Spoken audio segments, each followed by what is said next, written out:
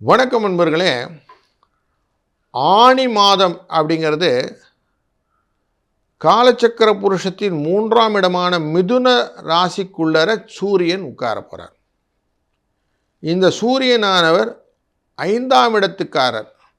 புத்திசாலித்தனம், அறிவு, தன்னை உயர்த்தி கொள்ளக்கூடிய அந்த ஸ்மார்ட்னஸ், இது எல்லாத்தையுமே இந்த 3ஆம் இடத்துல முயற்சிக்குள்ளர கொண்டு வந்துடுவார்.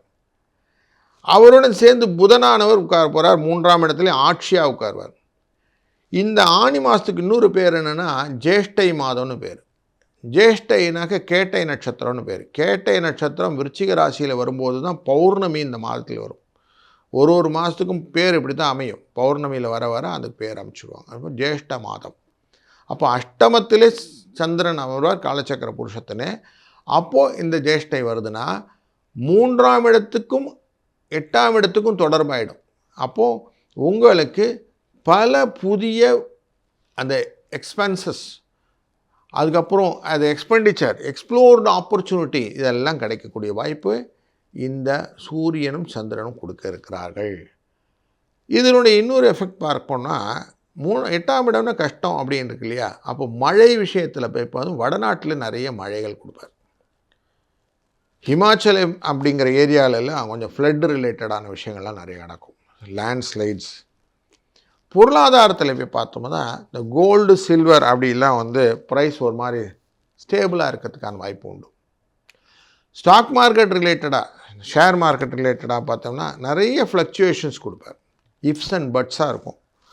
இப்படி ஒரு சூழ்நிலையை இந்த ஆனி மாதம் தாங்கி வருகிறது அப்படின்னு பார்க்குறோம். இப்போ இந்த ஆனி மாதத்தினுடைய அவுட்லைன் நமக்கு புரிஞ்சிச்சு. இதில் ஆனி உத்திரம் அப்படின்னு 22ஆம் தேதி அன்று வரும். அன்றைய நாளிலே முக்கியமாக சிவனுக்கு திருமஞ்சனம், அந்த நாளை நடராஜ பெருமானுடைய அபிஷேக ஆராதனையில் பண்ணுவதனாலே சிறந்த பலன்கள் உண்டு. அதே மாதிரி ஜேஷ்டை அப்படிங்கிற இந்த பௌர்ணமி தினத்தன்று ஜேஷ்டாபிஷேகம் என்ற நிகழ்வுகள் சிவ வைஷ்ணவ கோயிலில் நடக்கும். இதனாலும் நமக்கு நல்ல பலன்கள் உண்டு. சனி பிரதோஷம் 27ஆம் தேதி அனுஷ நட்சத்திரத்தின் சாரத்திலே இருக்கும்போது, சந்திரன் இருக்கும்போது வருகிறது. அன்றைய நாளிலே கடன் அடைப்பதும் ரொம்ப விசேஷம். அன்றைய பிரதோஷ நாள் ரொம்ப விசேஷமாக நமக்கு உயர்நிலையை கொடுக்கக்கூடியதாக அமைகிற இந்த ஆனி மாதம் எல்லாருக்கும் வர்ஷிப் பண்ணுறதுக்கு ரொம்ப உகந்தது. ஏன்னா வரக்கூடிய நாளில் இந்த உத்தராயணம் என்கிற புண்ணிய காலம் முடிந்து தட்சிணாயன புண்ணிய காலமான ஆடி மாதம் பிறக்கப் போகிறது. அதனால் தேவர்களின் பகல் பொழுதுக்கு ஒரு எண்டு வரக்கூடிய நாளாக இருந்ததுனால என்னெல்லாம் நம்ம கேட்டு பெறணுமோ அதெல்லாம் இந்த மாதத்தில் கேட்டு பிடிச்சிக்கணும் அப்படிங்கிறது தான் இந்த மாதத்துடைய நுட்பம். அதனால் இந்த மாதம் ரொம்ப அலர்ட்டாக எல்லா வேலையும் செய்யணும் அப்படின்னு புரிஞ்சுப்போம்.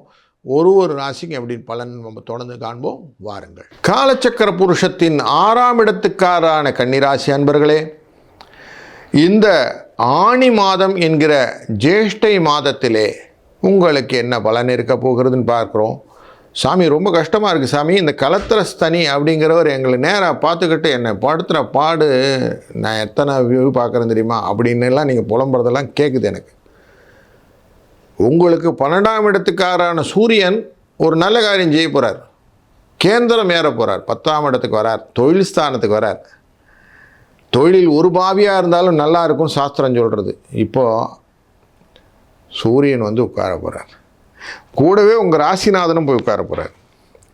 அப்போது ராசிநாதன் ஆட்சியிலே உட்காரும்போது சூரியன் உட்கார்றாருன்னு வச்சுக்கோங்களேன், பணம், முக்கியமாக பண பிரச்சனை சால்வ் ஆகிடும். பயணம் நிறைய இருக்கும். இங்கே ஓடுற மாதிரி இருக்கும். சிலருக்கு ஷிஃப்டிங் ஆஃபீஸ், இங்கே ஊரை விட்டு வெளியூரில் போய் வேலை பார்க்குறது, பயணங்கள் மூலமாகவும் இடப்பெயர்ச்சி மூலியமாக தன லாபத்தை கொடுப்பதற்கான வாய்ப்புகள். அந்த நாம் சொல்லுவோம் தான் ட்ராவல் கன்வேயன்ஸ் அலவன்சஸ்ன்னு சொல்லுவோம். அந்த மாதிரி அலவன்ஸாக டிஏலாம் கிடைக்கிறதுக்கு வாய்ப்பு நிறைய இருக்கும். புதனுடைய பார்வை இந்த 4ஆம் இடத்துல இருக்கும். இப்போ சுகமான பயணங்களும் உண்டு. நிறைய பயணங்கள் குழந்தை குட்டியோடு போயிட்டு வரா மாதிரி அப்படிலாம் இருக்கும். பணம் வரும் சார், கவலைப்பட வேண்டாம். விரயத்துக்காரர் போயிருக்கிறாருன்னா அதுக்கான கொஞ்சம் செலவும் உண்டு. கொஞ்சம் எச்சரிக்கையாக பார்த்து பண்ணிங்கன்னா நல்லாயிருக்கும். லாபத்தில் குருவும் சுக்கிரனும் உட்கார்றாங்க. இப்போ லாபஸ்தானத்தில் குரு உட்கார்ந்தா எப்படி இருக்கும்? டெஃபினட்டாக உங்களுக்கு நல்ல காரியங்கள்லாம் நடப்பதற்கு வாய்ப்பு இருக்குது. 3ஆம் இடம் இருக்க முயற்சி ஸ்தானத்தை பார்த்துக்கிட்டு இருக்கிறார் குரு. இந்த காலகட்டங்கள் உங்களுக்கு ஒரு பொன்னான வாய்ப்புக்கான வழி அப்படின்னு சொல்லலாம் ஆனி மாதம். ஏன்னா முயற்சியே நீங்கள் அழகாக எடுப்பீங்க.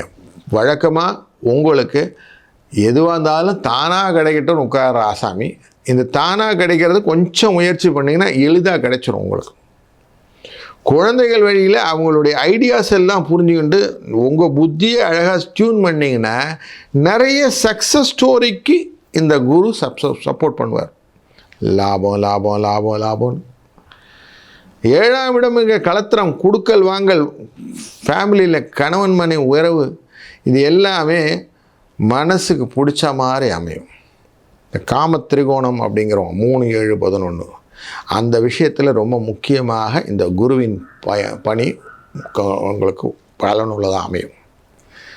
அதுபோல் சனி பகவான் உங்கள் ராசியை பார்த்து கொண்டு இருக்கிற மாதிரியே உங்கள் 4ஆம் இடத்தையும் பார்க்குறாரு. பயணங்களில் சின்ன சின்ன தடைகளையும் கொடுத்து கொண்டு தான் செய்வார். அதனால் அது உடனே எனக்கு பாயிண்ட் பிளாங்காக எனக்கு ரொம்ப கம்ஃபர்ட் ஜோன் வேணும்னா 100% கம்ஃபர்ட் ஜோன் கொடுக்கறதுக்கு கொஞ்சம் கம்மி தான்.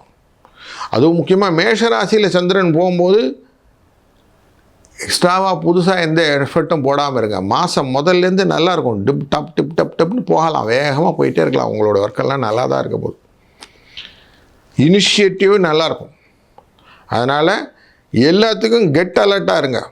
எதுவும் பண்ணணும், டப்னு பண்ணணும், இந்த பண்ணிடணும், இந்த முடிச்சணும்னு இலக்குகளை புகுத்து கொள்ளுங்கள். சும்மா உட்காந்து நான் பண்ணலை, எனக்கு கிடைக்கல, நல்ல பொழுதையெல்லாம் தூங்கி கெடுத்து விட்டு நாட்டை கெடுத்ததுடன் தானும் கெட்டார்னு ஒரு வார்த்தை உண்டு. அந்த மாதிரி நீங்கள் ஒன்றுமே இல்லாமல் சும்மா உட்காந்திங்கன்னா அது சரியாக வராது.